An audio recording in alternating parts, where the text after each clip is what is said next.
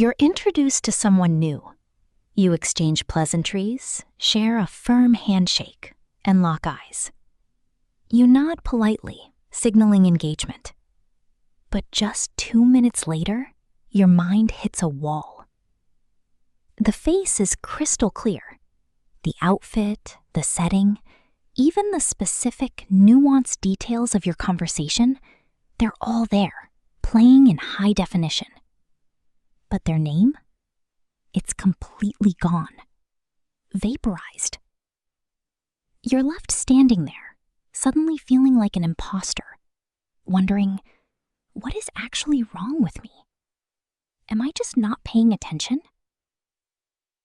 Let's set the record straight. Forgetting names doesn't make you rude, careless, or socially inept. In fact, it often indicates that your brain is performing a task far more complex than standard social interaction requires. Today, we're peeling back the layers of the name-forgetting phenomenon to reveal why this frustrating habit is actually a profound sign of how your unique mind processes the world. First, consider the biology of a name. Psychologically, a name is one of the thinnest, most empty pieces of information your brain ever receives. It's an arbitrary sound, a linguistic label with almost no inherent context or visual weight attached to it. When you're introduced to James or Elena in a bustling, noisy environment, your brain is bombarded. It's trying to track facial symmetry, decipher body language, decode tone of voice, and formulate a social response simultaneously. Because a name has no meaning to your brain, it struggles to anchor it. Your attention system is hardwired to prioritize information that has utility: who the person is, how their energy makes you feel, and what you're supposed to do in that moment. Your mind is wired for depth, not surface-level data entry. You aren't bad at remembering. You're just prioritizing the soul of the interaction over the tag attached to it.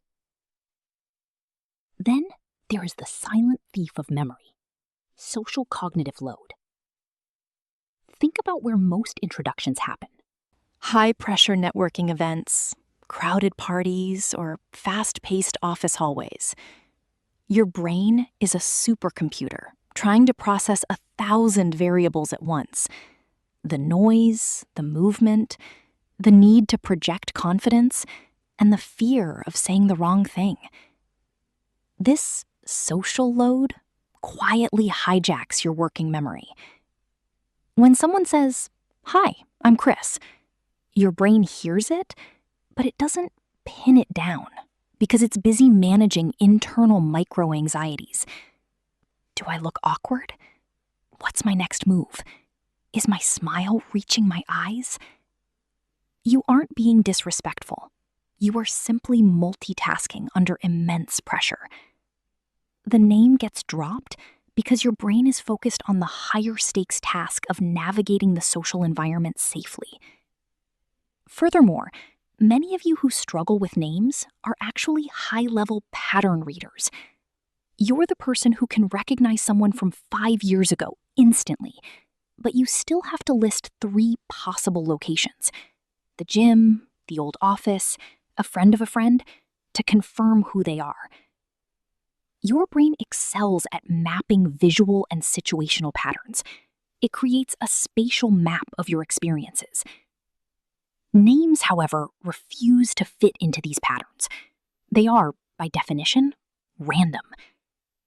So your mind naturally latches onto the structured, meaningful information, the location, the mood, the history, and lets the random, meaningless label fall away. There is also a deeper, often ignored layer: the internal world. Many chronic name forgetters possess incredibly active, rich inner lives. While others are completely tethered to the surface of an interaction, a part of your attention is always turned inward. You're analyzing the conversation, observing the subtext, thinking 2 steps ahead, or daydreaming about an idea. That inner commentary consumes the bandwidth required to store a simple name. You look present, but mentally, you're exploring the bigger picture. The name is sacrificed so your mind can keep mapping the complex reality of the situation. But here is the irony. The same brain that drops names often excels at long-term, meaningful empathy. You might forget what someone is called, but you remember exactly how they felt the day their project failed. You remember that your coworker is deathly afraid of flying, or that the quiet person in the corner lights up when they talk about their dog. You lock on to emotional details rather than verbal tags. Names are shallow hooks, but feelings are deep anchors. So stop treating this like a moral failing. Forgetting a name isn't proof that you don't care. It's proof that your brain is ranking other, more human information as more meaningful.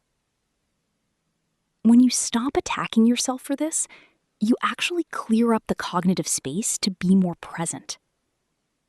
Ultimately, this isn't just about names. It's about how you move through social reality.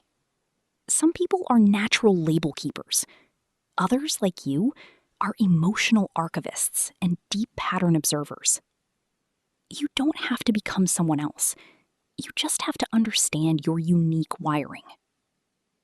So, let me ask you, do you constantly forget names, but find that you remember every detail about a person's story? Does this make you feel anxious, or do you just find it a quirky byproduct of how your brain works? Let me know in the comments below.